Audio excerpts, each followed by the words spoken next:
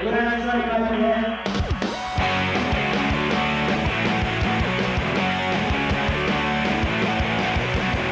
Basically started with Scott coming over to the house one day and wanting to record all these pop songs he wrote.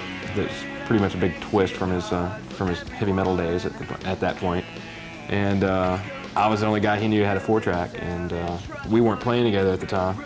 And it just happened by accident. We weren't supposed to do this, you know. We just 4 years later though, we're still doing it. So guess we did something right.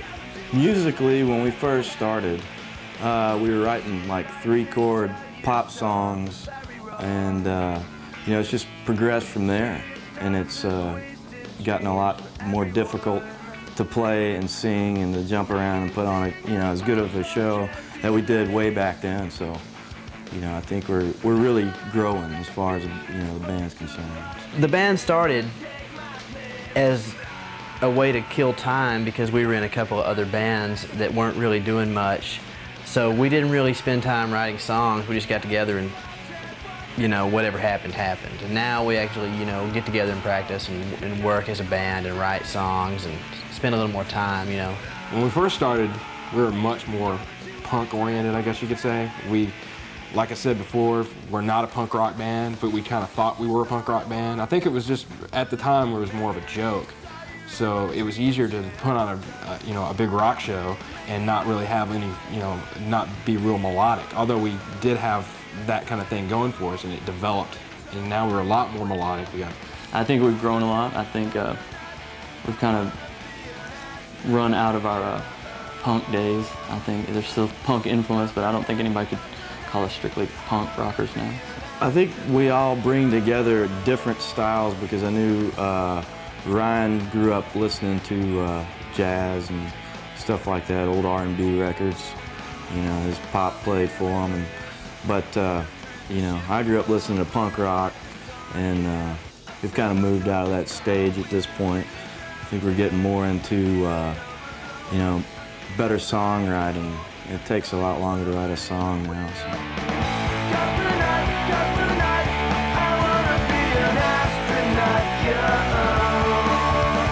So. We play all over the region, Texas, Dallas, Austin, you know, Houston. We play Memphis, Nashville, Kansas City. I love playing in Kansas City. That is the greatest town, and you know, we've got a lot of friends and bands that we play with, you know, down in Texas and stuff like that are from Kansas City. We just tour around with them, and I mean, the fan base in Kansas City, we have a better fan base in Kansas City than we do here. You know, we go up there to play our money shows, so I would say that's our favorite place to play, I think.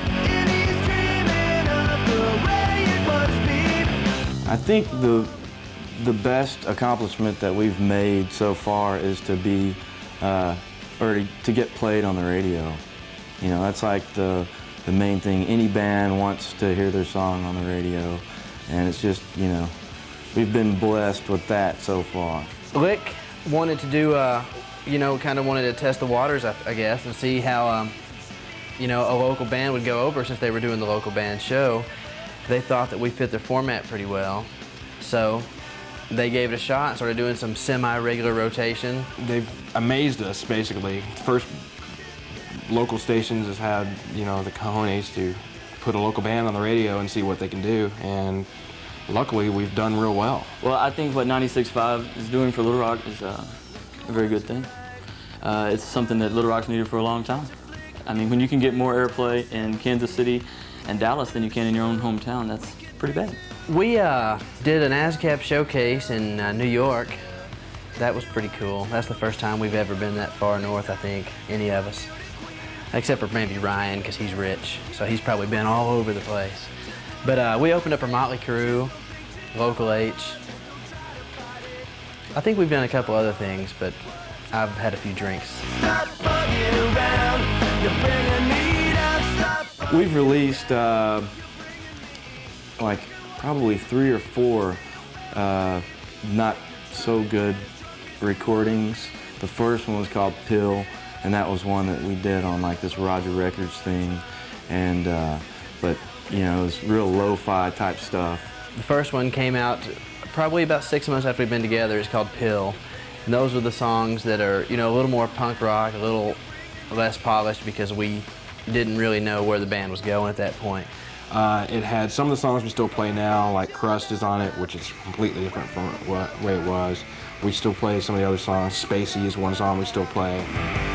When it was over, had to go home. You know, those are some of the oldest songs we've ever had, and those were on the first album. We did a Christmas tape about a year after that. It was a charity deal that we did, where we did a bunch of like kind of punky pop Christmas versions of our Christmas songs, you know, our own way, the whole Ashtray Babyhead song. I'll be home for Christmas time and only in my dreams. We did the waaaaaay CD on Valmar with Barry Pointer.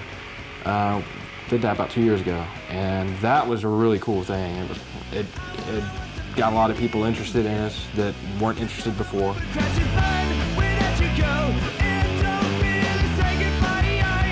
Local music scene here is barely existent, I would say, compared to many other places. But I think the fans who do come out to support local music in Little Rock are very adamant and very passionate about their music.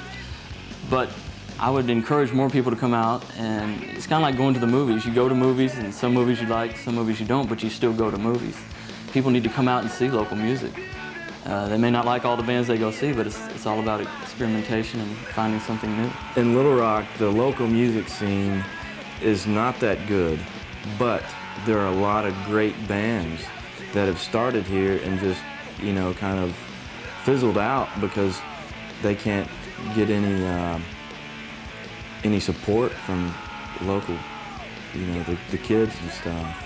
And that's really important, you know, because, I mean, you wouldn't have Buddy Holly records if, you know, nobody bought them. It's tough for any band, any place, you know, not just in Little Rock. There's so many good bands in Little Rock because I think there's not a lot for people to do except practice. I think there's some of the best bands that I've seen in probably the surrounding states. Some of the best bands I've ever seen have come from Little Rock. I mean, we've talked to other people about, you know, various labels or management or whatnot, and that stuff doesn't really matter to me that much. It's, you know, it's cool if it happens. It doesn't matter if it doesn't happen. So, you know, as far as I'm concerned, we just keep doing what we do best, and, you know, watch out for our own self. And if things happen, cool. Then whatever.